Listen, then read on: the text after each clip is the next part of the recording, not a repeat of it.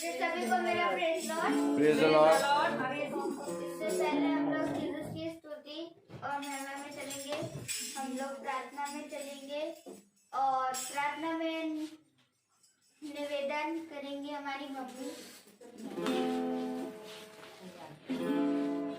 आइए प्रार्थना करें।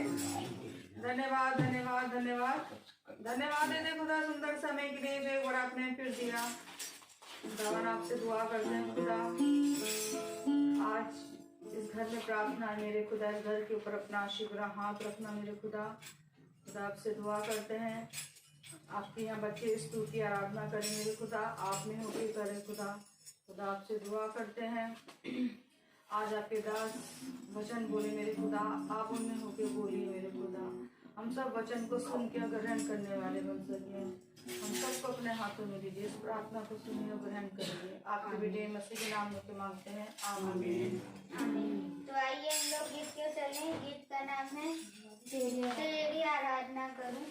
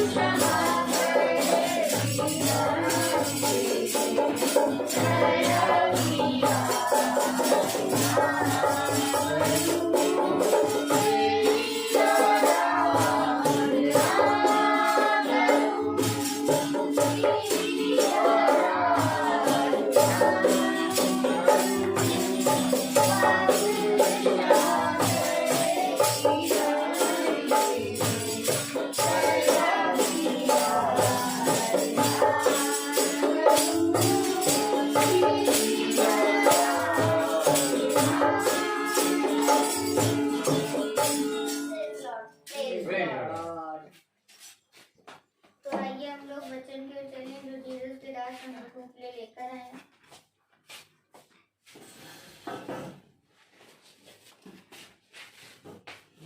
Praise the Lord. Praise the Lord. Hallelujah. Hallelujah.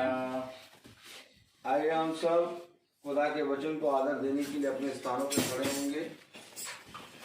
Praise the Lord. Praise the Lord. और हम वचन से निकालेंगे यिर्मयाह उसका 10वां अध्याय।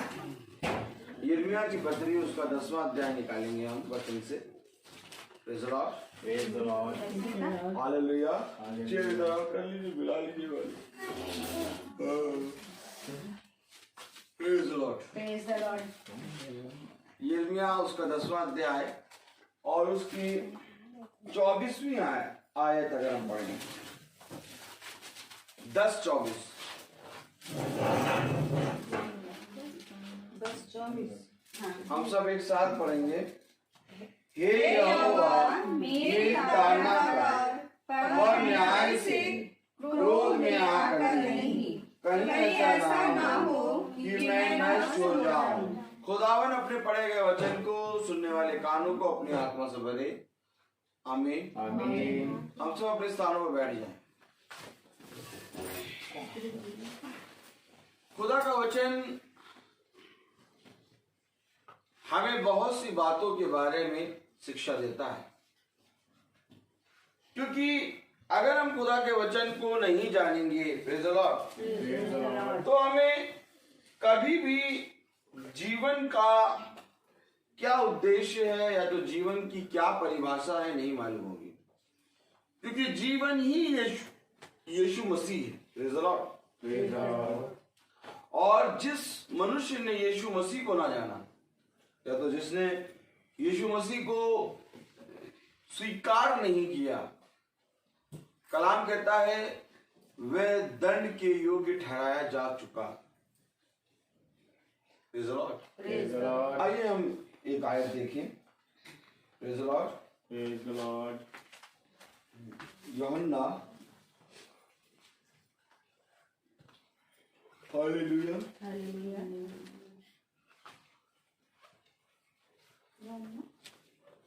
Praise the Lord. देखते हैं यूहन्ना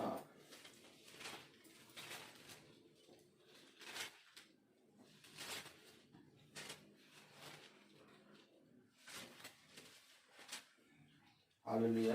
Hallelujah. नहीं मेरे ख्याल से हालेलुया यूहन्ना तीसरा हाँ यूहन्ना 3 खोले।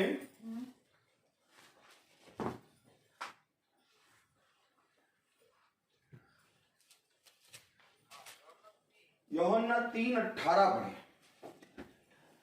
जो उस पर विश्वास करता है उस पर दंड की आज्ञा नहीं होती। मेरे प्यारे भाई बहनों,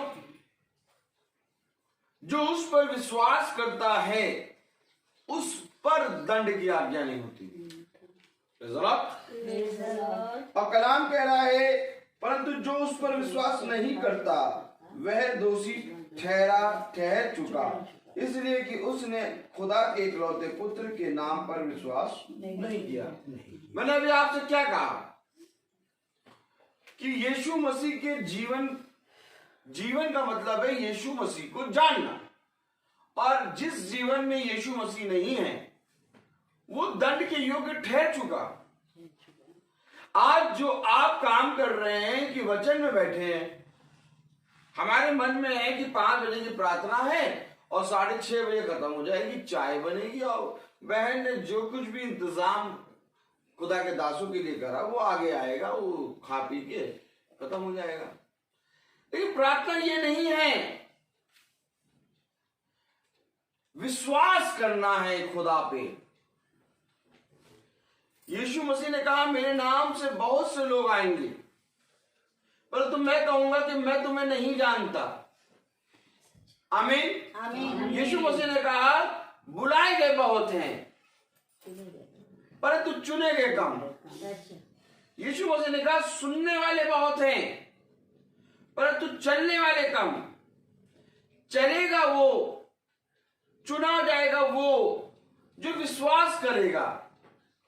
अगर आज हम यीशु मसीह के नाम पर विश्वास करते हैं तो हमारा विश्वास परखा जाएगा।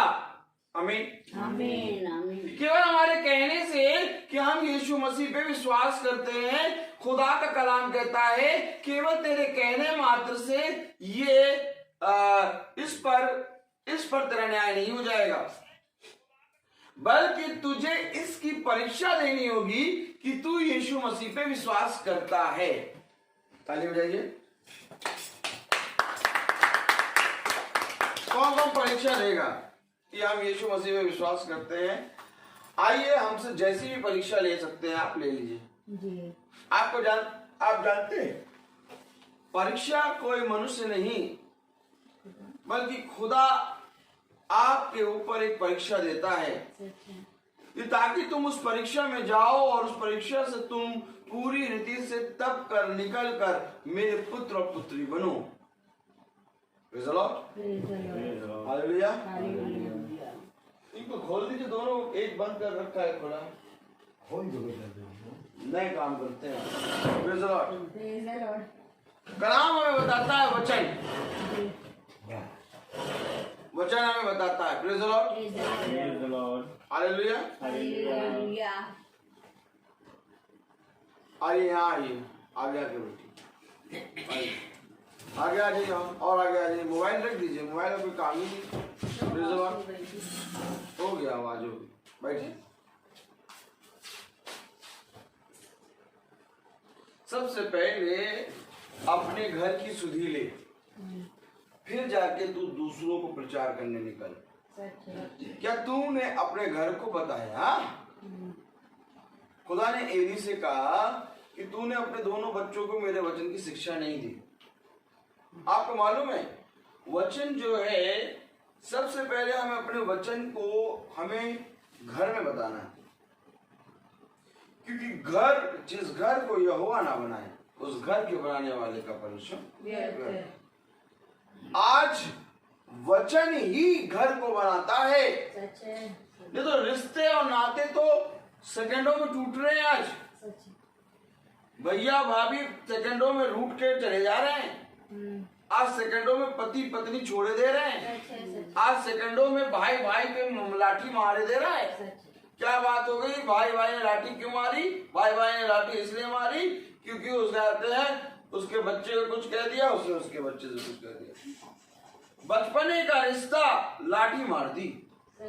किस कारण? एक बच्चे के कारण कि बच्चे को कुछ कह दिया हो। तो भैया ऐसा घर है क्या? ये तो बालू पे बनाया गया घर है। खुदा कलाम कहता है कि मैं जिस घर को ना बनाऊं उस घर के बनाने वाले का परिश्रम मेरा। आपको मालूम है घर ईंटे पत्थर से नहीं बनता, घर को बनाता है यहोवा। और जब आज हम सब वचन में बैठे हैं, खुदा को धन्यवाद दो कि खुदा के वचन में बैठने का एक अद्भुत समय खुदा ने हमें दिया। आमीन आमीन आमीन। नहीं तो जाओ जाके देखो, आज संसार अपने अपने समय पे प्रार्थना करके खत्म कर देता है। जब वे प्रार्थना में एक नहीं हो पाए तो वो घर कैसे बनाएंगे? आप मालूम है एक सबसे बड़ा पाप क्या है? Praise the Lord. एक सबसे बड़ा पाप यह है कि प्रार्थना ना करना। खुदा ने कहा ये बहुत बड़ा पाप है कि प्रार्थना ना करना, क्योंकि प्रार्थना की शक्ति के प्रभाव से बहुत कुछ हो सकता है। जिस घर में प्रार्थना ना हो उस घर में समझो दुष्टों का वास होता है। और एक प्रार्थना ना करना ही एक श्रापित घर को कहलाता है। जब घर पे कोई श्राप पड़ जाता है तो उस घर से सबसे पहले प्रार्थना और खुदा का सामर्थ और खुदा का आत्मा उठता है। आप देखिए साउल के जीवन से सबसे पहले खुदा का आत्मा उठा। अब साउल भागे भागे फिर रहा है कि कौन मुझे बताएगा। एक भूत सिद्धि वाली के पास पहुंच गया साउल। क्यों पहुंच गया भूत सिद्धि वाली के पास? क्योंकि उसे कोई बताने वाला नहीं था। कह रहा ना कोई तेरा नबी आ रहा है और ना यहोवा मुझसे बातें कर रहा है। यहोवा ने मुझसे बात करनी छोड़ दी। क्यों? क्योंकि यीशु मसीह ने, खुदा ने साउल को श्रापित कर दिया। Praise the Lord। साउल पर से खुदा का अनुग्रह उठ गया। अब उसकी प्रार्थना सुनी नहीं जा रही। Praise the Lord। प्रार्थना ना करना एक सबसे बड़ा श्राप है। इसलिए बहुत जरूरी है कि हम प्रार्थना करें, बहुत जरूरी। मैंने क्यों आपको यूहन्ना 3:18 पढ़ाया? पढ़े जरा यूहन्ना 3:18। जो उस पर विश्वास करता है उस पर दंड की आज्ञा नहीं होती, परंतु जो उस पर विश्वास नहीं करता वह दोषी ठहर चुका, इसलिए कि उसने खुदा के इकलौते पुत्र के नाम पर विश्वास नहीं किया। देखिए, जो उस पर विश्वास करता है उस पर दंड की आज्ञा नहीं होती, परंतु जो विश्वास नहीं करता वो दोषी ठहर चुका। आज हम सब जो मीटिंग में बैठे हैं खुदा के प्रति अपने विश्वास को बढ़ाने के लिए, परंतु मीटिंग खत्म हो जाए और हमारा खुदा के प्रति विश्वास ना बढ़े तो हमारा मीटिंग में बैठना व्यर्थ है। यहाँ पर अभी हमने यिर्मयाह की पत्री उसका 10वां अध्याय और उसकी 24वीं आयत पढ़ी। उसमें एक अद्भुत बात लिखी है। सब जने याजक को देखें, एक अद्भुत बात। आपको मालूम है, एक ऐसी बात लिखी है यिर्मयाह 10:24 में जिसको मनुष्य कभी भी अपने ऊपर नहीं आने देगा। नहीं चाहता मनुष्य कि कभी भी उसके ऊपर ये बात आए, ये वचन है। मालूम है क्या लिखा है? हे यहोवा मेरी ताड़ना कर,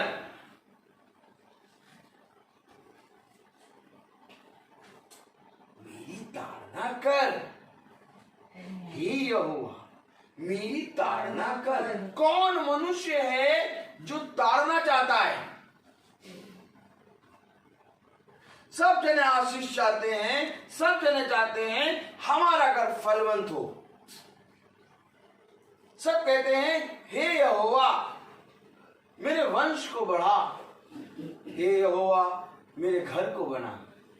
मेरे पीछे बोलिए, हे यहोवा मेरे वंश को बढ़ा, हे यहोवा मेरे घर को बना, हे यहोवा मार्ग में मेरी रक्षा कर, हे यहोवा बिछौने पे मुझे अच्छी मीठी नींद दे, हे यहोवा जब मैं बिछौने से उठूं तो मेरे पैरों को दृढ़ कर, हे यहोवा मेरे मन को पवित्र कर, हे यहोवा मुझे अपने वचन के बारे में बता। आपने बहुत सी प्रार्थनाएं सुनी होंगी, लेकिन ये यिर्मयाह की पत्री एक ऐसी पत्री है जिसमें यिर्मयाह बहुत रोया है।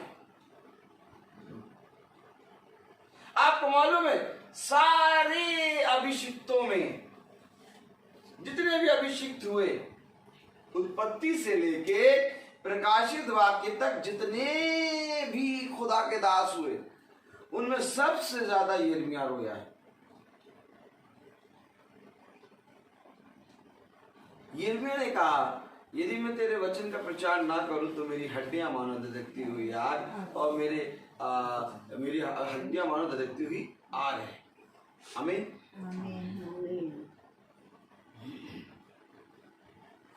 थोड़ा सा हम और देखना चाहते हैं, पता नहीं कहाँ ले जा रहा है, तो ले जा रहा है तो चलते हैं। कौन कौन चलने के लिए तैयार है? जो चलने के लिए तैयार है वो हाथ उठाओ। चलिए देखिए यिर्मयाह 9 और उसकी पहली आयत पर मैंने बताया ना आपको कि सबसे ज्यादा यिर्मयाह रोया है।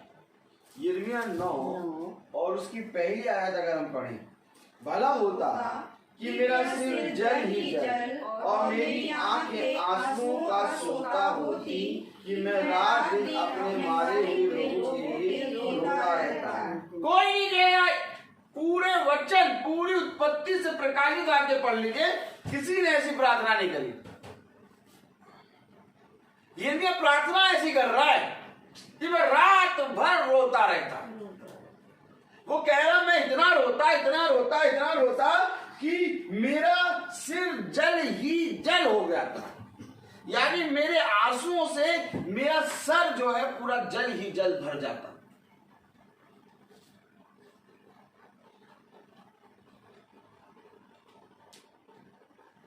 कौन कौन रोया है जीवन में अपने?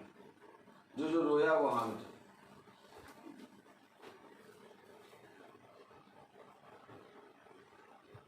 रोने की एक सीमा होती है, आंसू सूख जाते हैं।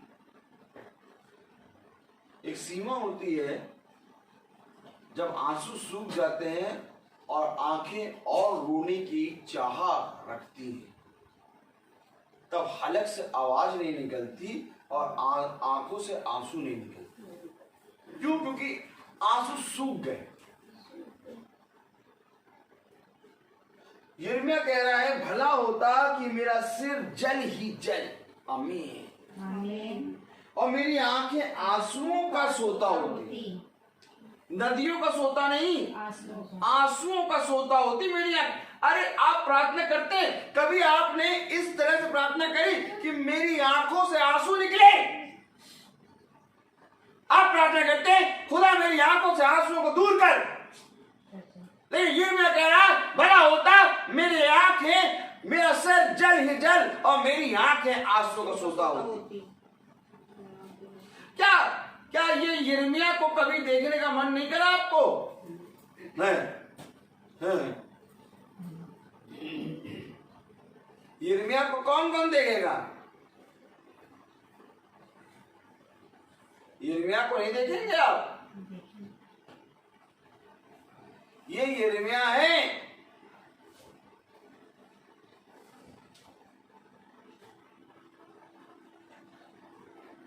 यिर्मयाह एक ऐसा भविष्यवक्ता है जो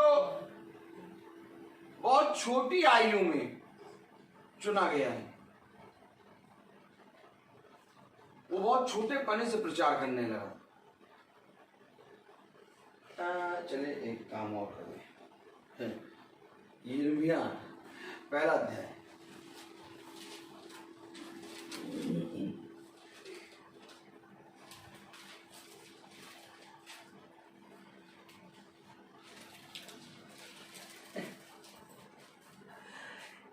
अगर मनुष्य वचन का प्रचार करने की सोचेगा फिर तो पर्ची बना लेगा, आयतें लिख लेगा, ये वो, लेकिन जब आत्मा सिखाती है तब अलग अलग बातें पता लगती।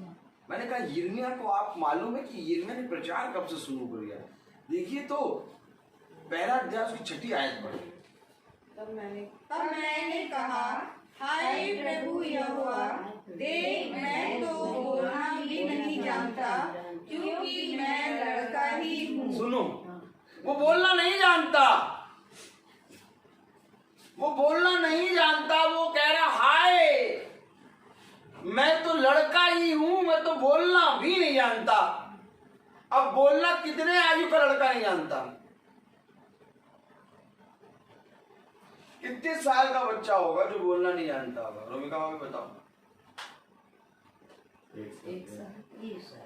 1 साल बोलना नहीं जानता, लड़खड़ाती हुई जबान से बोलता है।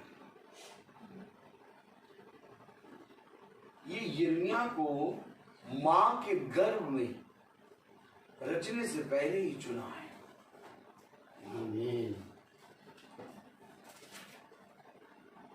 यिर्मयाह एक ऐसा भविष्यवक्ता है जिसके बारे में वचन हमें बताता है कि इसके स्वप्न में, किसमें? इसके स्वप्न में खुदा इसको दर्शन देता है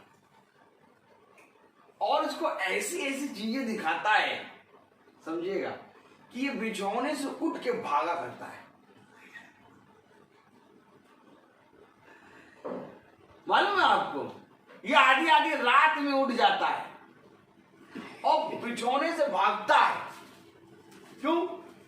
क्योंकि उसको ऐसी आग नजर आती है और ऐसी दीवटें नजर आती हैं, इसको ऐसे वचन नजर आता है, ऐसे लोग नजर आते हैं कि ये बिछौने से उठ के भागा करता है।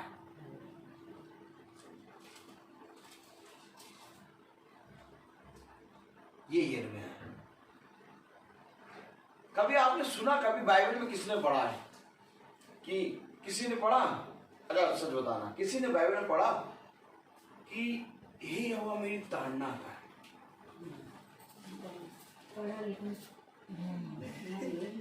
ये यहोवा मेरी ताड़ना कर। किसी ने नहीं कहा हे यहोवा मेरी ताड़ना कर।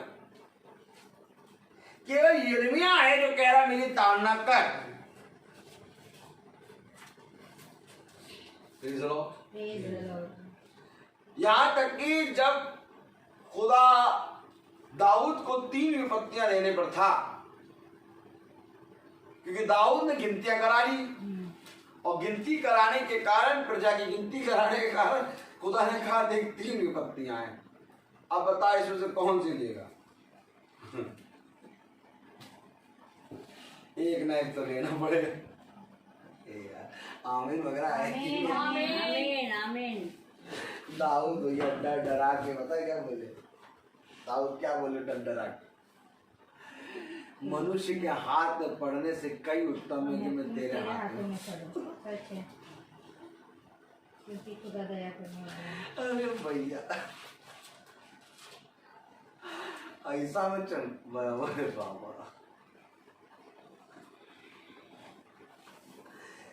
ताड़ना जो है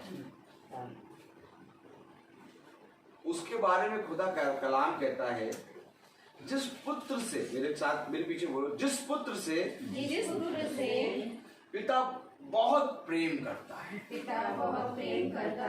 उसको ताड़ना मिलती है। ताड़ना हर किसी को नहीं मिलती और ताड़ना हर कोई सहन भी नहीं कर सकता। यिर्मयाह प्रार्थना कर रहा है। यिर्मयाह 10:24। यिर्मयाह 10:24 प्रार्थना कर रहा है। क्या कह रहा है? हे यहोवा मेरी ताड़ना कर और न्याय से पकड़िए इसको, ताड़ना कर लेकिन न्याय से कर, क्योंकि तेरा न्याय पृथ्वी पे, स्वर्ग में कोई ऐसा, किसी का ऐसा न्याय नहीं जितना तेरा पवित्र न्याय है।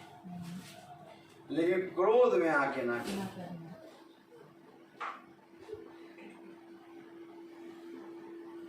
दाऊद पे तो क्रोध में आके करा था, लेकिन उसके बाद भी खुदा को दया आ गई और तीसरे दिन ही खुदा ने स्वर्गदूत को मना कर दिया कि अपनी तलवार खींच ले, हाथ ना बढ़ाना।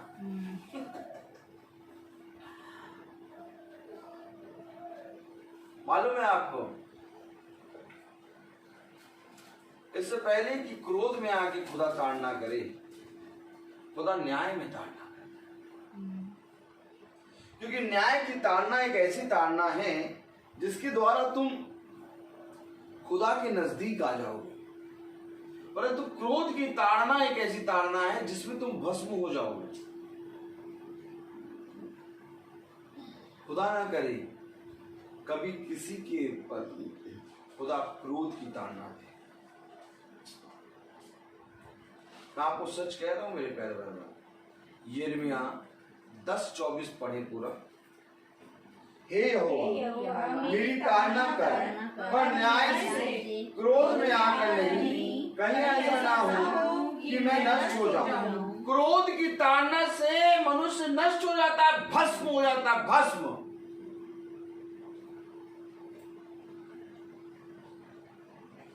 भस्म हो जाता है राख की तरह।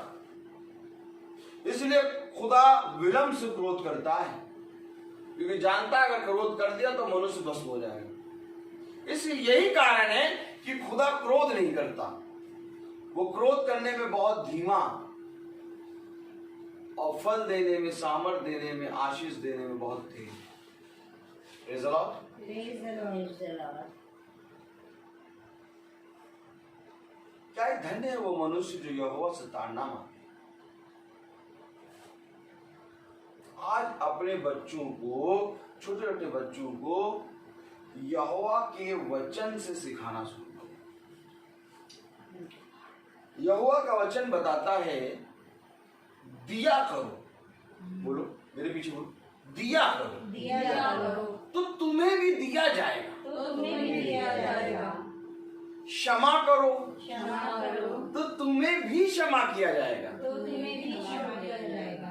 प्रेम करो प्रेम करो तो तुम्हें भी प्रेम किया जाएगा। तो तुम्हें भी प्रेम किया जाएगा। मैं तुमसे सच कहता हूँ कि जिस नाप से तुम नापते हो उसी नाप से तुम्हारे लिए भी नापा नापा जाएगा। जाएगा। सच है। ये बातें आपको मालूम है कैसे सीखेंगे बच्चे? जब हम उसको प्रैक्टिकली करेंगे। सच है।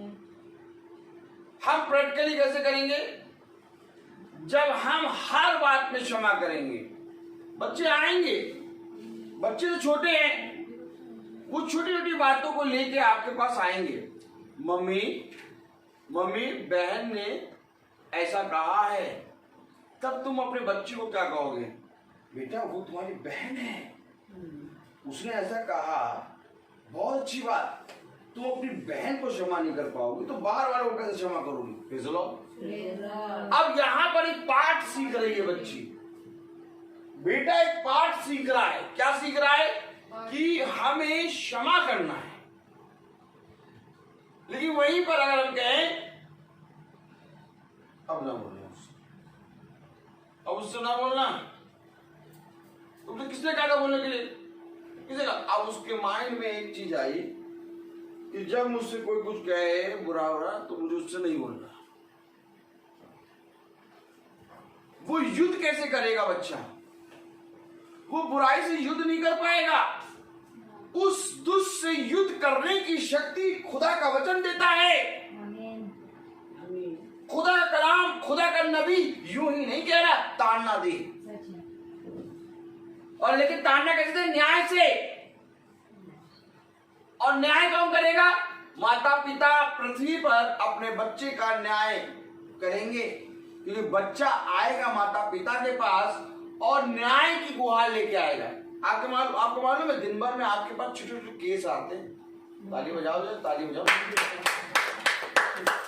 एक अदालत होती है, अदालत, उसमें वकील बैठते हैं, जज बैठते हैं। बोला ये जज बैठे और जज यूं करके ऑर्डर ऑर्डर ऑर्डर, जज बैठते हैं, ऑर्डर ऑर्डर ऑर्डर। ठीक। अब वहां पर वो एक आता है, एक पक्ष, दूसरा पक्ष।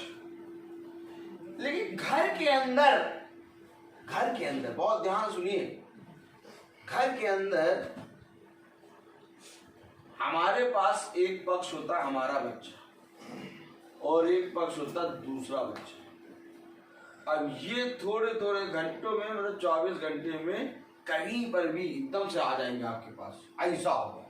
अब आप वहां पर न्याय करके बैठे, अब आप वहां पर क्या निर्णय देंगे, क्या डिसीजन लेंगे? बच्चे वो सीखेंगे।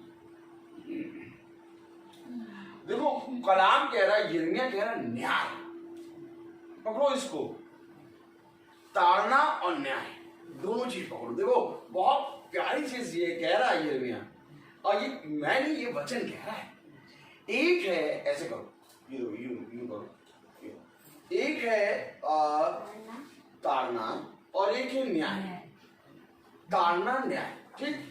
और एक है ताड़ना क्रोध। जब ताड़ना न्याय छूट जाता है, ये पहला स्टेप है। जब ये छूट गया तब ताड़ना क्रोध के कारण ताड़ना आती है। ये दुष्ट का काम है। यिर्मयाह इसके बारे में कह रहा, प्रभु ऐसा ना हो कि मेरी ताड़ना क्रोध में आके कर, मेरी ताड़ना ले, मुझे सिखा, मेरी परीक्षा ले। मैं नहीं कह रहा कि मेरी परीक्षा ना ले, मैं नहीं कह रहा कि मुझे आग की भट्टी में ना डाल, मैं नहीं कह रहा कि मेरी ताड़ना ना ले, मैं कह रहा हूं मेरी ताड़ना ले, लेकिन न्याय से ले, क्योंकि मुझे तेरे न्याय पे भरोसा है। तेरा क्रोध तो मुझे भस्म कर देगा प्रभु।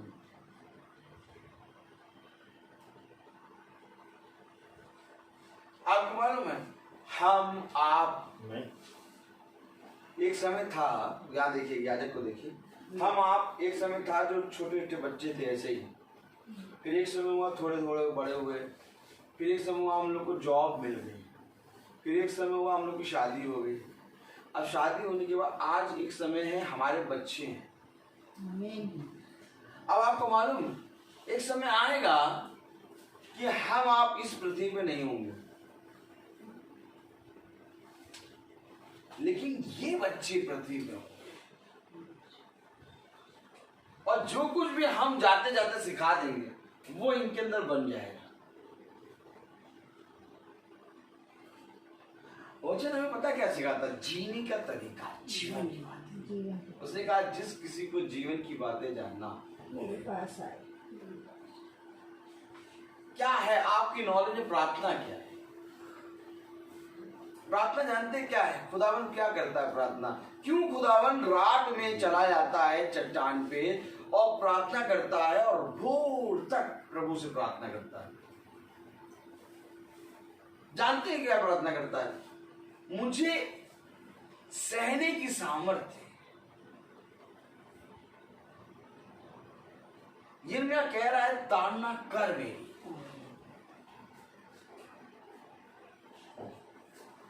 अगर आज तेरा बच्चा घर के 3 बच्चों से जीत ना पाए तो बाहर तो 400 और 4000 बच्चे हैं, कैसे उनसे जीतेगा? जब तेरा बच्चा घर के 3 बच्चों से नहीं जीत पाएगा तो बाहर तो 4000 दांत फैलाए बैठे। और मालूम है वे बाहर वाले जो दांत फैलाए बैठे वे ये नहीं देखेंगे कहां भूखरा दांत, वो सीधे सीधे नोचेंगे। क्योंकि जो घर के बच्चे हैं वे देखेंगे कि यहाँ नहीं, यहाँ तेज लगेगी, यहाँ तेज लगेगी, यूं ही नोच लो। घर के बच्चे जगह देख के नोचेंगे, लेकिन बाहर के जो 4000 5000 बच्चे हैं वह जगह नहीं देखेंगे, वह पूरा मांस नोचेंगे। अब उनसे आप कैसे लड़ेंगे? उनसे आप कैसे लड़ेंगे? क्योंकि आपके माँ बाप भी वहां नहीं होंगे। ये वचन लड़ेगा उनसे लड़ेगा ये वचन। कैसी शिक्षा दी है तुमने अपने बच्चों को? पहले ताड़ना तुम्हारे ऊपर आए और उस ताड़ना से न्याय करना सीखो, क्योंकि ताड़ना हमें न्याय करना सिखाती है। जब मूसा के पास बहुत से लोग अपने अपने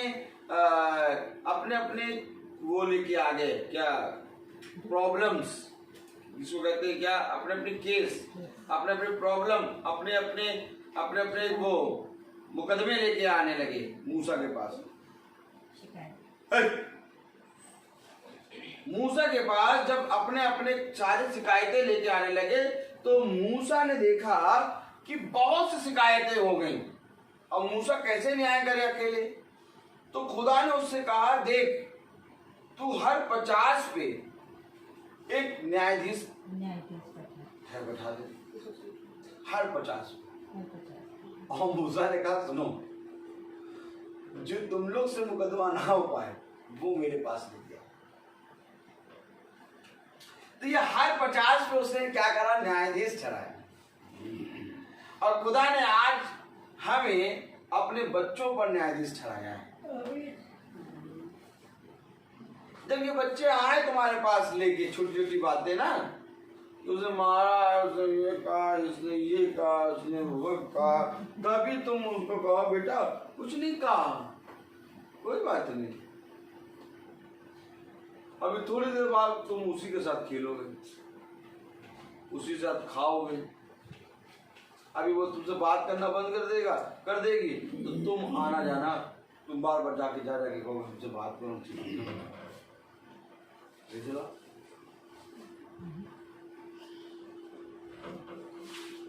ये वजह है। यदि तुम क्षमा करना नहीं जानो तो तुमने यीशु मसीह में नहीं जाना, क्योंकि दुष्ट हाथ यूं हिलाएगा। दुष्ट कैसे हाथ हिलाता है? लेकिन खुदा हाथ नहीं यूं जीसस कहते हो, लेकिन जीसस, ये विश्वास में बता रहा हूं आपको कि जो कोई खुदा पर विश्वास करे वो दोषी नहीं ठहरेगा, परंतु जिसने विश्वास नहीं करा वो दोषी ठहर चुका। मैं विश्वास को बता रहा हूं कि आपको जीसस पे कैसा विश्वास है। ये तो इतना विश्वास कर रहा है, कह रहा है खुदा मुझे ताड़ना दे। आप कहेंगे किसी से ताड़ना दे, ये इसका विश्वास है कि खुदा मुझे ताड़ना भी देगा तो वो भी मेरे लिए भलाई उत्पन्न करेगी।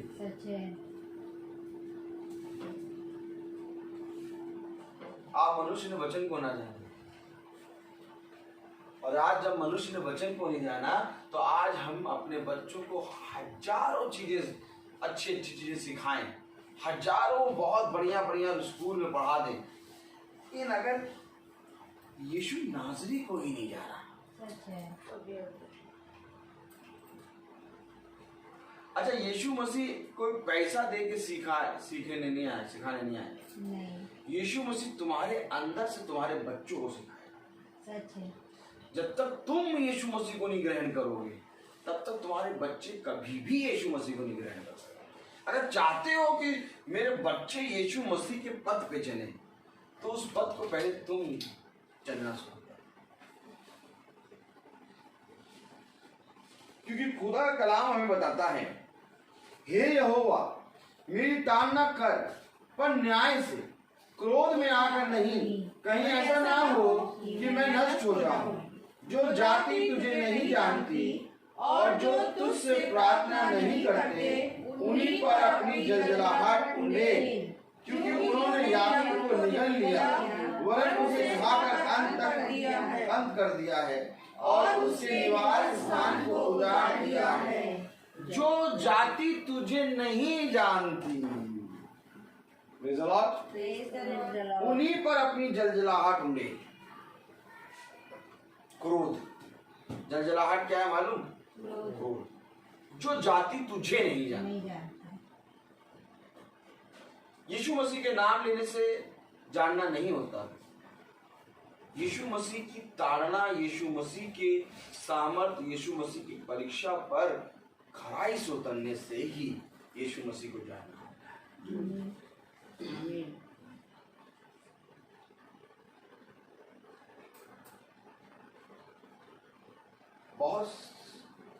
बहुत सा ऐसा समय आएगा कि तुम अपने बच्चों का पक्ष ले सकते हो, उसी समय तुम एक कदम नहीं बल्कि 10 कदम पीछे हट जाना, अपने बच्चे को एकदम तन्हा छोड़ देना। क्यों? ये बच्चा है, ठीक। अब इसका पक्ष लेने के लिए, सामने देखो बेटा, सीधे करो, इसका पक्ष लेने के लिए तुम इसके साथ हो, सब देखो इधर। लेकिन ऐसा समय आएगा कि इस बच्चे की दृष्टि तुम्हारे ऊपर होगी कि मेरे माँ, मेरी पिता मेरा पक्ष। इसी समय एक कदम इससे पीछे ना हटना, इससे 10 कदम पीछे हट जाना। ये इधर उधर देखे, कहाँ है मेरी माँ, कहाँ है मेरा। पता है क्यों? क्योंकि इसकी आदत जो है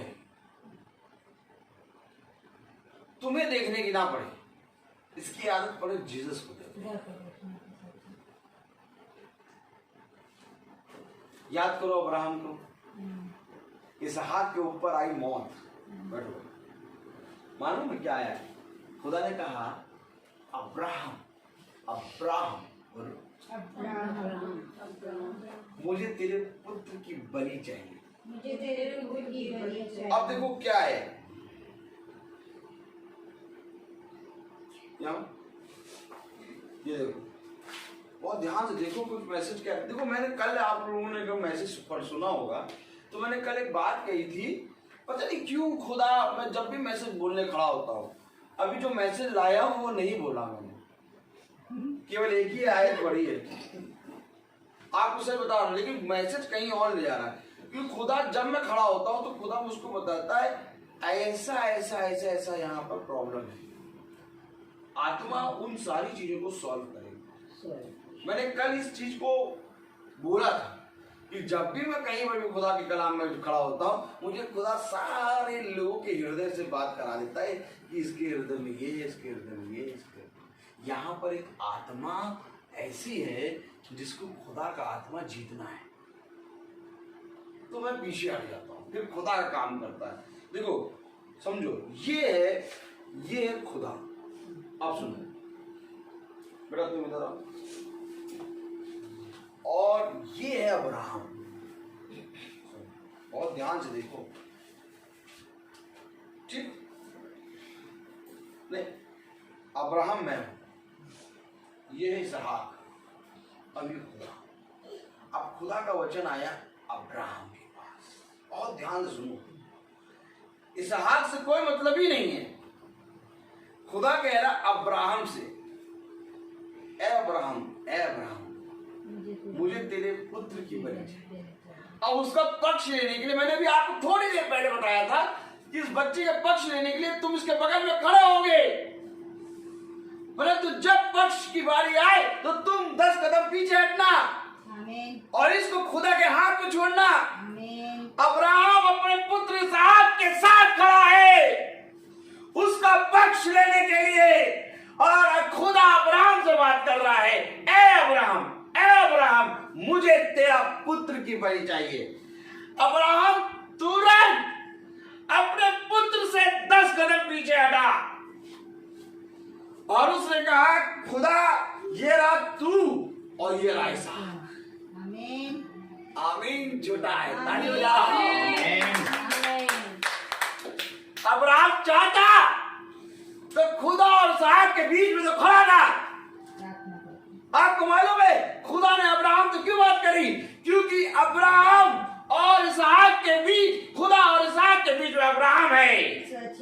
खुदा ने कहा उससे ये नहीं कि तेरे पुत्र की बलि चाहिए, खुदा ने अब्राहम से बंद शब्दों में कहा पीछे हट जा, क्योंकि अब मैं इसहाक पर काबू करने जा रहा हूं।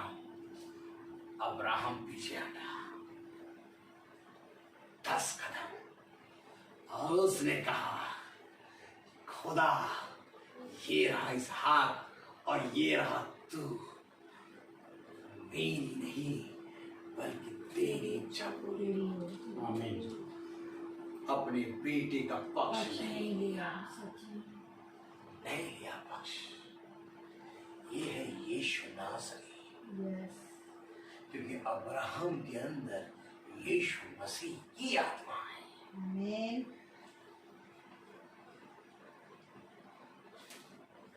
अगर उस समय अब्राहम अपने हाथों में बच्चे की जान ले लेता तो शायद होता कि कुछ समय बाद इसहाक मर जाता, लेकिन उसने अपने बच्चे की जान उसके हाथों में दी जिसके हाथ से जान निकलती है।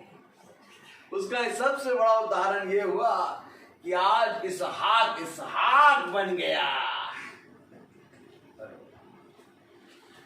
और इसहाक से याकूब उत्पन्न हुआ, खुदा का वंश उत्पन्न। कहा भैया कैसे प्रचार करूं, मेरा मुंह छोटा हो रहा है आज के प्रचार के लिए। बहुत भारी वचन दिया है खुदा ने आज, अगर मैं इसको प्रचार करने आ जाऊं तो मैं प्रचार नहीं कर पाऊंगा, क्योंकि जब इसहाक को अब्राहम ने खुदा के हाथ को छोड़ा, तब खुदा ने कहा इस इसहाक से एक जाति उत्पन्न होगी जिसका नाम इजराइल होगा।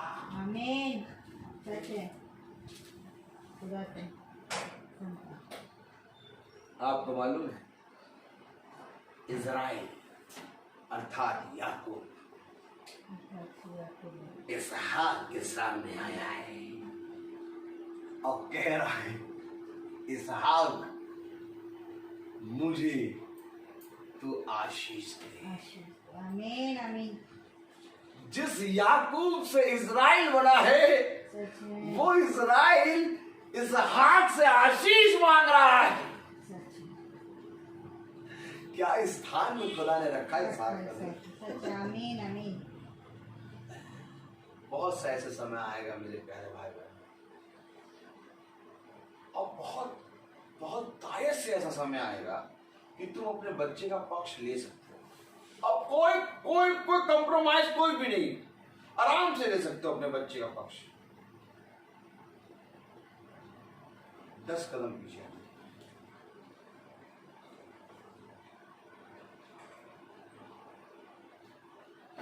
मेरी बेटी जो है 3 सब्जेक्ट में फेल हो रही थी, क्लास फर्स्ट की बात।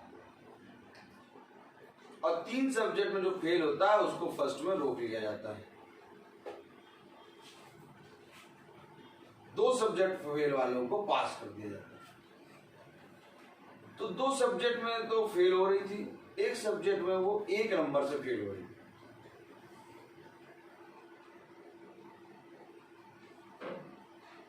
और 1 नंबर से वो फेल हो रही थी, और हमने टोटल करा तो 1 नंबर से वो फेल हो रही थी।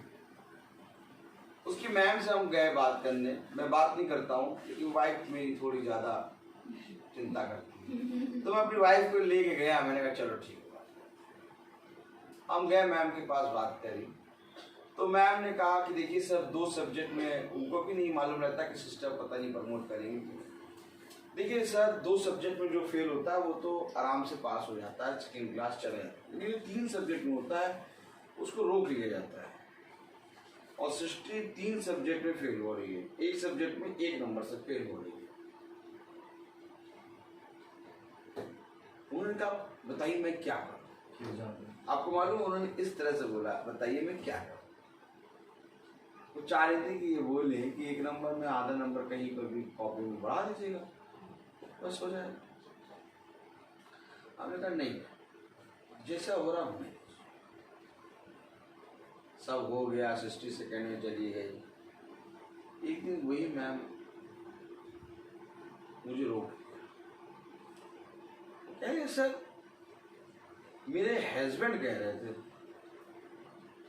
कि तुम आधा नंबर उसमें डाल के 1 नंबर हो जाता, बढ़ा देते 2 सब्जेक्ट में, तुमने क्यों नहीं डाला।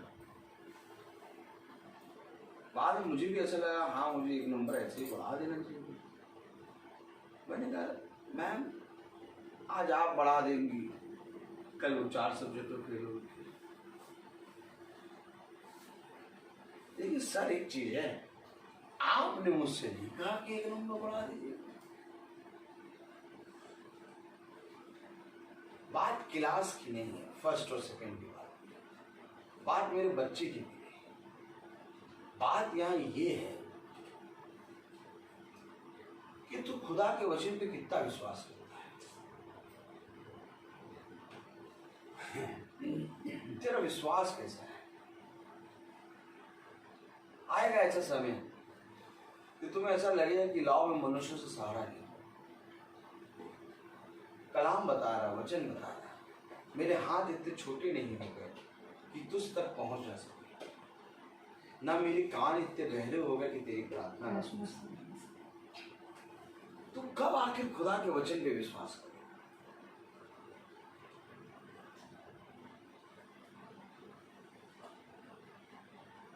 आप क्या चाहते हैं, अपने बच्चे का भला चाहते हैं, बुरा चाहते हैं, बोले बताइए। बुरा चाहते हैं, कौन कौन बुरा चाहता है, हाथ उठाओ। कौन कौन भला चाहता है अपने बच्चे। जो जो भला चाहता है वो आज से यीशु मसीह के हाथ में अपने बच्चे को सौंप। आमीन। अपना हाथ पीछे कर लो। सच है। देखो, या तो तुम अपने हाथों से संभाल लो, या तो खुदा के दाहिने हाथ में सौंप दो। खुदा ऐसा नहीं करेगा कि तुम भी अपना हाथ लगाए रहो और खुदा भी अपना दाहिना हाथ लगा ले। ये काम खुदा करे, ये काम खुदा करे। तुम अपने सारे काम करो, लेकिन अपने बच्चे को हमेशा मार्ग दिखाओ खुदा का।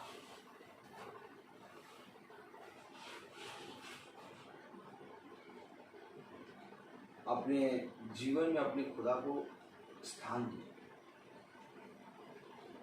केवल वचन को पढ़ने या प्रार्थना करने से खुदा को स्थान नहीं मिलता, बल्कि इस पर चलने में स्थान मिलेगा। मैं तुमसे कहता हूं कि आज तुमने खुदा को स्थान दिया, यही खुदा तुम्हारे घराने को बढ़ा देगा।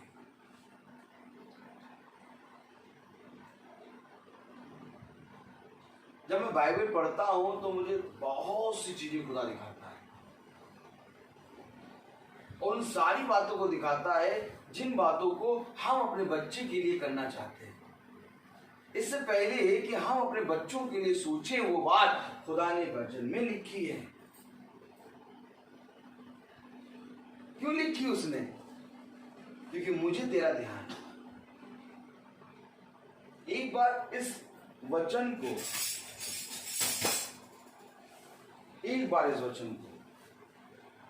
अपने घर का मुखिया बनाओ।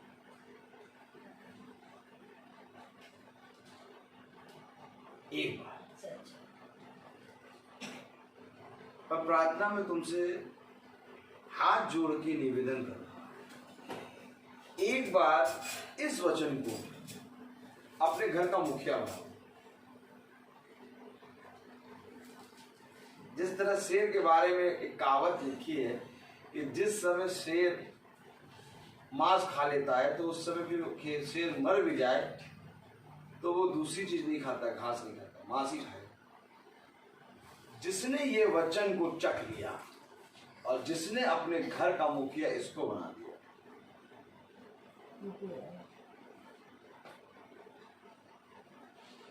फिर तुम्हारी दृष्टि हमेशा इसी पे लगी। आज क्या ऐसी बात है कि मेरी दृष्टि किसी भी घटी में, मैं अपने पेरेंट्स, अपने घर वालों को नहीं देखता, पर केवल इसको देखता हूं, केवल इसको देखता हूं मैं, और इससे इतनी सामर्थ मिलती है, सबको खींच लेता है खुदा चुंबक की तरह। क्योंकि मुझे मालूम है कि जितनों ने यहोवा पे भरोसा किया वे कभी निराश नहीं। आज मीटिंग में अपने बच्चों को क्षमा, दया, विनम्र से क्रोध करना और एक दूसरे के प्रति ईमानदार, एक दूसरे की चीजों को देना। कभी कभी ऐसा होता है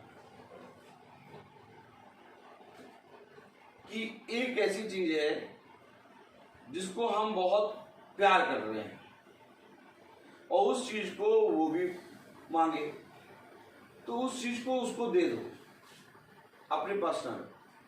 थोड़े समय के बाद तुम देखोगे वही चीज ऐसे ही पड़ा होगा, ना उसको, ना वो मांग रहा होगा ना वो मांग रहा होगा, वो एकदम पड़ा होगा। लेकिन एक समय ऐसा शैतान बना के देगा कि उसी समय में वो भी मांगेगा। बुद्धि दो, खुदा बुद्धि दो इन सारी चीजों की। मनुष्य कब सीखेगा इन सारी चीजों? जब खुदा पे कान लगाएगा। आपस में बच्चों के अंदर इतना प्रेम भर दो कि इनके जीवन से प्रेम बढ़े, और ये प्रेम खुदा का कलाम कहता है तेरे अंदर से तेरे बच्चों में जाएगा। अगर अब्राहम खुदा की ना सुनता तो अब्राहम का वंश जाति जाति का मूल वंश था। पहले अब्राहम ने उसके वचन को ग्रहण किया, तब अब्राहम का वंश बढ़ा। आज वैसे ही आज हम जब उसको ग्रहण करेंगे तो हमारा वंश बढ़ेगा। ये है प्रार्थना सभा, ये है मीटिंग। हाँ, बाकी मीटिंग कुछ नहीं।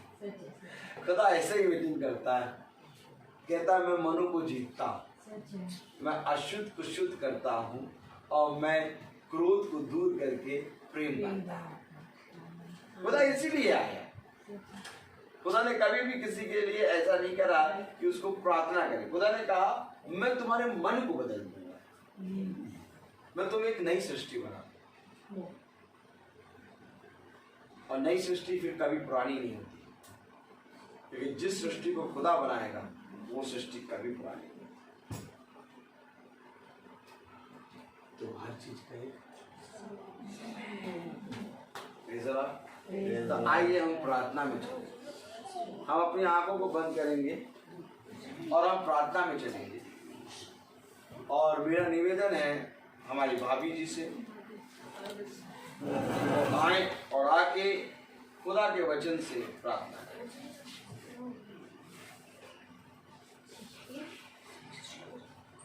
धन्यवाद धन्यवाद खुदावन इन सुंदर वचनों के लिए, इन आत्मिक वचनों के प्रभु आपको अपने हृदय से धन्यवाद देते हैं कि आपने हमें इन वचनों को हमारे ऊपर उड़ेला। प्रभु हम पर अपनी आशीष कृपा रखी खुदावन।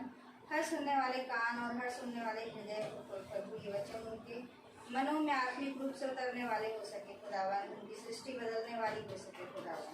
हम सब पर अपनी आशीष और कृपा रखे खुदावन। यहाँ बच्चे बैठे हैं प्रभु, बूढ़े बैठे हैं, जवान बैठे हैं, सभी उम्र के लोग बैठे हैं प्रभु। सभी इन वचनों को अपने आत्मिक जीवन में उतारने वाले हो सके और इन वचनों के अनुसार अपना जीवन यापन करने वाले हो सके, जिससे प्रभु हम तेरे बच्चे होने वाले हो सके खुदावन, हम तेरे चुने हुए होने वाले हो सके प्रभु।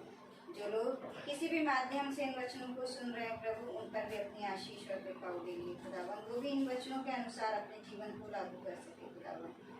विनती करते हैं प्रभु, जो बीमार है उन पर अपनी आशीष और कृपा रखे, विशेषकर अपनी चंगाई उन पर उतारिए प्रभु, जिससे वे चंगे होकर तेरी महिमा का स्तुति गान कर सके और कह सके प्रभु सच में तू ही जिंदा खुदा है, तूने ही उन्हें चंगाई दी है प्रभु। आज अपनी प्रार्थनाओं में बीमारों के प्रार्थना करते हैं प्रभु कि वे चंगे होने वाले हो सके खुदावन।